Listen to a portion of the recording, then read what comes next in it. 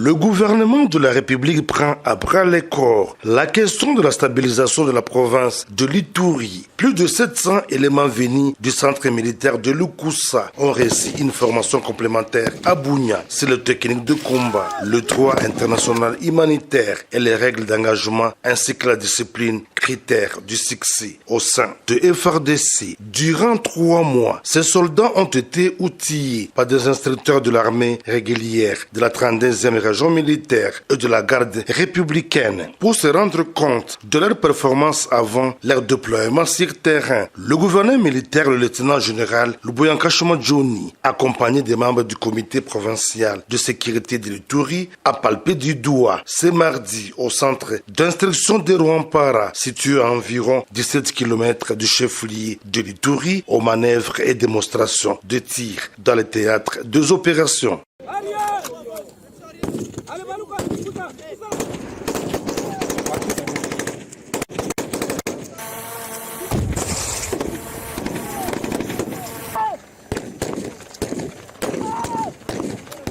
Occasion pour le commandant des opérations militaires en Ituri, le lieutenant général Luboyankashima Johnny, de rappeler aux groupes armés réfractaires au respect de leurs actes d'engagement des processus de paix. Dans les cas contraires, ils seront mis hors d'état de nuire, prévient l'autorité provinciale. Que ce soit les groupes armés locaux ou étrangers, les gens ont signé des actes d'engagement. Et donc, ils doivent respecter ces actes d'engagement-là. Si vous ne respectez pas les actes d'engagement, bon, on va vous engager, nous allons vous neutraliser. Hier, à Drodro, ou avant-hier à Drodro, vous avez vu que ceux-là qui sont venus, qui n'ont pas respecté les actes d'engagement, mais on les a traités comme tels. Et nous avons perdu des civils pour rien parce que les gens veulent jouer à la provocation. Tantôt c'est elle qui provoque ici, tantôt c'est l'autre qui provoque là-bas. Mais à quoi ça sert ce jeu-là? Non, abstenons-nous. Il faut avoir l'amour pour notre province. Je le répète encore, il faut avoir l'amour pour notre province et l'amour pour la population.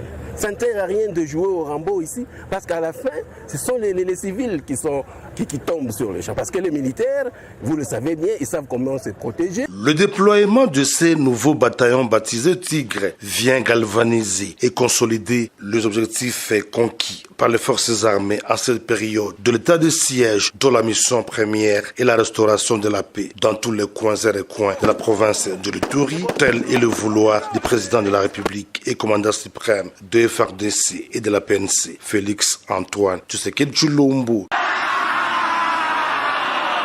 10 200 jeunes réécrits venus du Nord Kivu, de Kinshasa, du Congo central et du Kasaï oriental ont été présentés mardi 6 décembre 2022 au lieutenant général Thio Songesa Christian, chef d'état-major général des FARDC à la base militaire d'Ekitona. Dans son adresse à ces nouvelles réécrits venus répondre à la mobilisation générale lancée par le chef de l'État et commandant suprême des FARDC, le général Thio a martelé sur la discipline.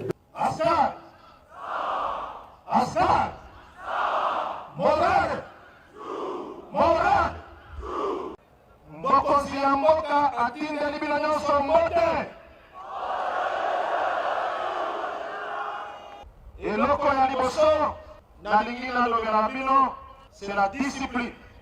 La discipline ezali d'abord pour battre la base na biso. La discipline envers les cadres. Ce qui discipline ezate, place na yo na armée ezate. Ba PNF, la discipline corporelle. La discipline des incarnés armés na biso. Il faut koyeba comme sa discipline na oyo nyonso bozosa. Par ailleurs, le chef d'état-major général a appelé les instructeurs à un bon encadrement de ces jeunes volontaires et mis en garde contre la circulation de fausses informations sur la prise en charge de ces recrues jusque-là impeccables et irréprochables. Et c'est encadrement. Il y a des recrues. Et ça l'a assuré. La République est bien. Bonsoir bien. Et l'homme est c'est la mouton et Satan. Les commandants base à sa témoin. Délégation et sa témoin.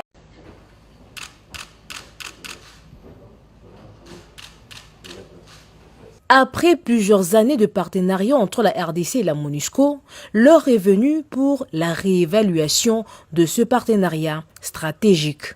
Le Conseil de sécurité a récemment renouvelé pour 1 an le mandat de la MONUSCO et conformément aux souhaits de la République démocratique du Congo. Ce partenariat doit être réévalué pour aboutir à sa fin après les élections de décembre 2023.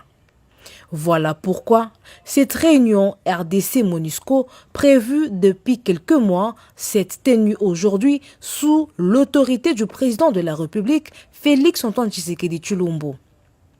Les échanges ont porté sur les conditions d'une collaboration tripartite FARDC, MONUSCO et forces régionales de la communauté d'Afrique de l'Est afin de concrétiser les résolutions du mini-sommet de Luanda du 23 novembre 2022 stipulant le cessez-le-feu, le retrait, le désarmement et le cantonnement des éléments du groupe terroriste M23 supplétif du Rwanda dans la guerre d'agression injuste subie par notre pays à l'est de son territoire. Réunis autour du commandant suprême des FARDC et PNC, Félix Tshisekedi, les membres du gouvernement concerné, les collaborateurs du président de la République et l'état-major général des FARDC avec les partenaires du pays, à savoir la MONUSCO et la force régionale, ont donc réfléchi sur la planification des actions des opérations entre les 3 forces qui permettra de ramener la paix et la stabilité dans la partie est de la RDC.